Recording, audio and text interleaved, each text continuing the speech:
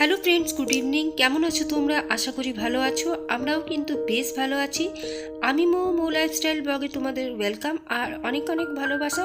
তো এখন বাজে সন্ধ্যে 6টা, আর এখন থেকেই তোমাদেরকে সাথে নিয়ে ব্লগটা শুরু করলাম। আর আজকের ব্লগটা সন্ধ্যে দিয়েই শুরু করলাম। তো আশা করি আজকের ব্লগটা তোমাদের কিছুটা হলেও ভালো লাগবে।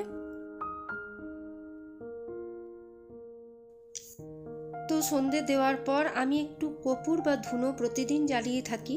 এটা বলতে পারো একটা অভ্যেস। আর সন্ধ্যাবেলায় বাড়িতে দেখবে তুমি একটু ধনে বা কর্পূর যাই হোক জ্বালালে কিন্তু বেশ ভালো লাগে। তো তাই চেষ্টা করি, মানে ঠাকুর মন্দিরেও দুর্গা মন্দিরেও দিয়ে আসা হয়, আবার বাড়িতেও একটু আমি জ্বালিয়ে রাখি। তাহলে মানে মনটা একটা ফ্রেশ ফ্রেশ ফিল হয়। আর যে কোনো দেখবে মানে নেগেটিভ এনার্জিগুলো দূর হয়ে পজিটিভ ভাবগুলো কিন্তু ঘরে প্রবেশ করে। তাই আমি প্রতিদিন চেষ্টা করি একটু ধুনো ধরিয়ে দিতে, বা কর্পূর থাকলে কর্পূর। তো যেহেতু এখন আমার কর্পূরটা বাড়ন্ত আছে বলে আমি কিন্তু এখন ধুনোটাই জ্বালিয়ে দিলাম।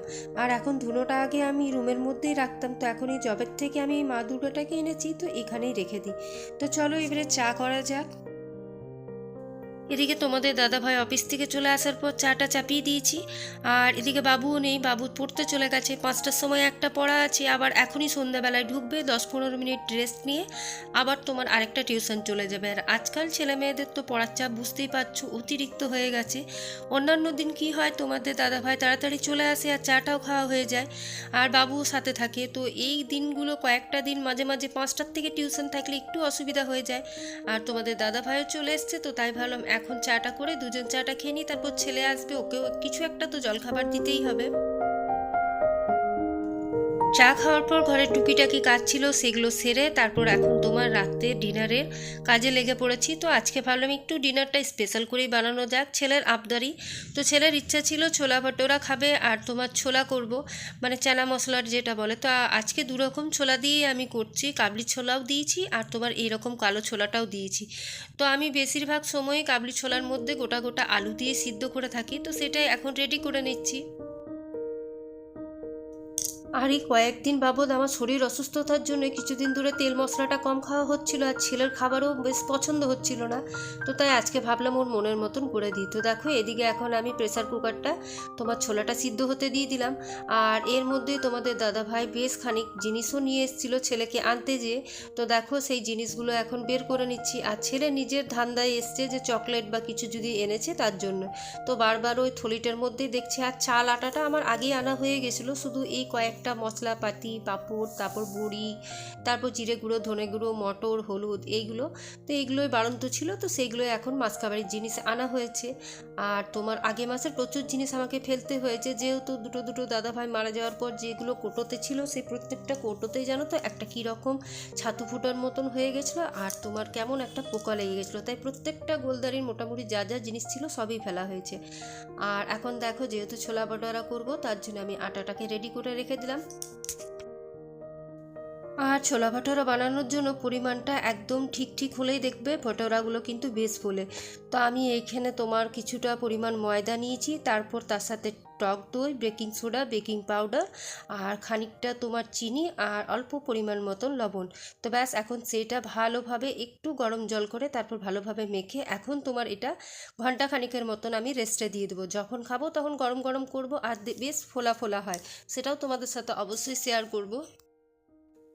আর এদিকে দেখো ছোলার মশলা রেডি করে নিয়েছি, পেঁয়াজ কুচো, তারপর আদা রসুন বাটা। আর এখানে আমি মশলার মধ্যে ধনে লঙ্কা গুঁড়ো, চাট মশলা, তারপর তোমার মিট মশলা, ধনের জিরে, আর তোমার দিয়েছি চানা মশলা। বাস এইগুলো দিয়ে কিন্তু আমি আমার আজকে এই রেসিপিটা রেডি করব। তো দেখো অনেক রকমভাবেই ছোলা বাটারা ছোলাটা বানায় সবাই, তো আমি যে স্টাইলে করি সেটাই দেখালাম। প্রত্যেকটা মশলা ভালোভাবে কষিয়ে নেওয়ার পর এখন আমি ছোলাটা দিয়ে দিলাম। আর ছোলাটা যখন আমি সিটি ফেলেছিলাম ওর মধ্যে গোটা গরম মশলা দেওয়াই ছিল আর তেজপাতা। তো সেই জন্য আর এখন আমি গোটা গরম মশলা ফোড়ঙ্গে দিইনি, আমি ডাইরেক্ট মশলাটাকে কষিয়ে তারপর তোমার এই চানাটা দিয়েছি। তো এটা কিন্তু খেতে ভীষণ টেস্টি হয়েছিল, আর আমার খুব ভালোও লেগেছিলো। হয়তো তোমরা দেখে কীরকম কালার বুঝতে পারছি না। আর চলো এখন ছেলেকে খাবারটা দিয়ে দিই। তো দেখতেই পাচ্ছ ভটোরাগুলোও ফোলা ফোলা হয়েছে, আর ছোলা তরকারিটা বিশাল সুন্দর হয়েছিল, আর খেতেও বেশ টেস্টি হয়েছিল। তো এখন রাত খানিকটা 10:45 বাজে, আর এখন ছেলেকে চলো খেতে দিয়ে দিই আর আমরাও খেয়ে নিই।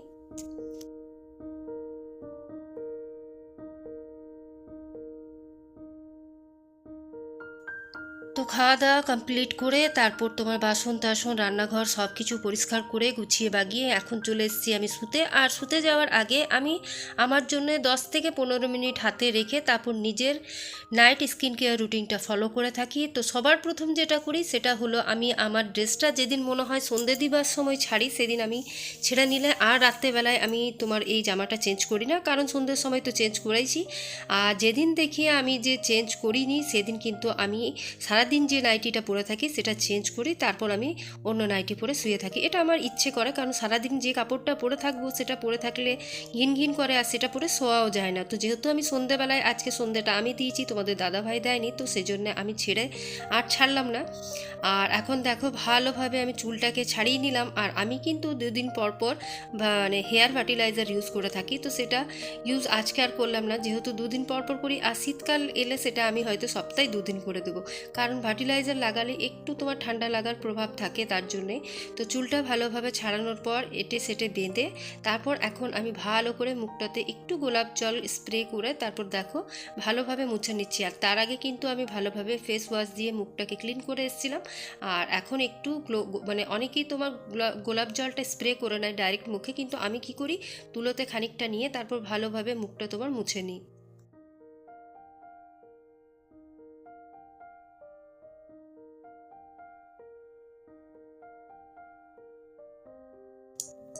মুখটা ভালোভাবে মুছে নেওয়ার পর তারপর আমি একটা হালকা ময়শ্চারাইজার ইউজ করি। যে যে ময়শ্চারাইজারটা ইউজ করে থাকো সেটাই ইউজ করতে পারো, মানে নেই যে তোমাকে এক্সপেন্সিভ ময়শ্চারাইজার ইউজ করতে হবে, যে যেরকম শ্যুট করে সেটাই। তো আমি অ্যালো জেল, মানে এটা হচ্ছে জয় কোম্পানির অ্যালো জেল, তো এটা আমার ভীষণ ভালোভাবে শ্যুট করে, তো তার জন্য এটাই কিন্তু আমি শীতকালে লাগিয়ে থাকি। আর হয়তো আরেকটা ময়শ্চারাইজার অ্যাড হবে যেটা নিভিয়া সফট, সেটা মাঝের মধ্যে, কিন্তু রাত্রেবেলায় যদি বলো তো আমি এই অ্যালোটাই ইউজ করে থাকি। তো এটা বেশ ভালোভাবে মুখে দেখো আমি অ্যাপ্লাই করে নিলাম। মুখের সাথে আমি কিন্তু পুরো মানে হাতে গলায় সব জায়গায়। আর এরপর যতক্ষণ মানে আমি 5 মিনিট সময় দেবো মুখটাতে ময়শ্চারাইজারটা সেট হতে, ততক্ষণ আমি কিন্তু আমার পাটা খুব ভালোভাবে পরিষ্কার করে নেব। শীতকালে পায়ের যত্নটা মাস্ট, যদি তুমি পায়ের যত্ন না করো তাহলে দেখবে পায়ের কিন্তু ফাটার প্রবণতাটা বেড়ে যায়। আর আমার কিন্তু বেশ পা ফাটে, মানে পা ফাটে বলতে গোড়ালি ফাটে না, আমার এই উপরের অংশটা কিন্তু ভীষণভাবে ফেটে যায়। আর প্রচণ্ড আমার স্কিন শীতকালে ড্রাই হয়ে যায়। তো তাই আমি কিন্তু শীতকাল পড়ার ঠিক 1 মাস আগের থেকেই প্রিপারেশন রেডি করে দিই যে আমি অয়েল মাখতে হবে, তারপর আমাকে পরিষ্কার রাখতে হবে। তো তাই এইবারে কিন্তু সেরকমভাবে ফাটার প্রবণতা দেখা যায়নি। তো দেখো পাটা পরিষ্কার করার পর আমি একটু বডি অয়েল মেখে তারপর এখন মুখের মধ্যে এই সমিজের, যেহেতু আমি সব প্রোডাক্ট ইউজ করি তাই অ্যান্টি এজিং সিরামটা আমি ভালোভাবে অ্যাপ্লাই করে নেব।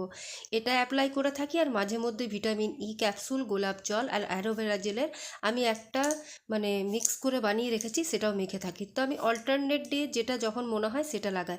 7 দিন হয়তো এটা লাগাই, আবার 7 দিন ওই অ্যালোভেরা জেল ভিটামিন ই ক্যাপসুলটা লাগাই। এটাই হচ্ছে আমার নাইট স্কিন কেয়ার রুটিন।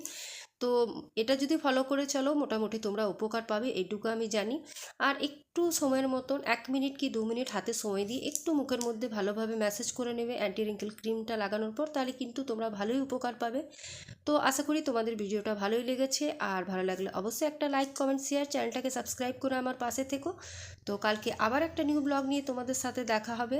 আজকের মতন এইটুকুই। ভালো থেকো, সুস্থ থেকো, সবাইকে সুস্থ রেখো, আর মুখে একটা সবসময় বড় স্মাইল রেখো। আর সবার শেষে যেটা করব সেটা হলো তোমার হাতে একটু বডি লোশন লাগিয়ে নেবো, ব্যাস।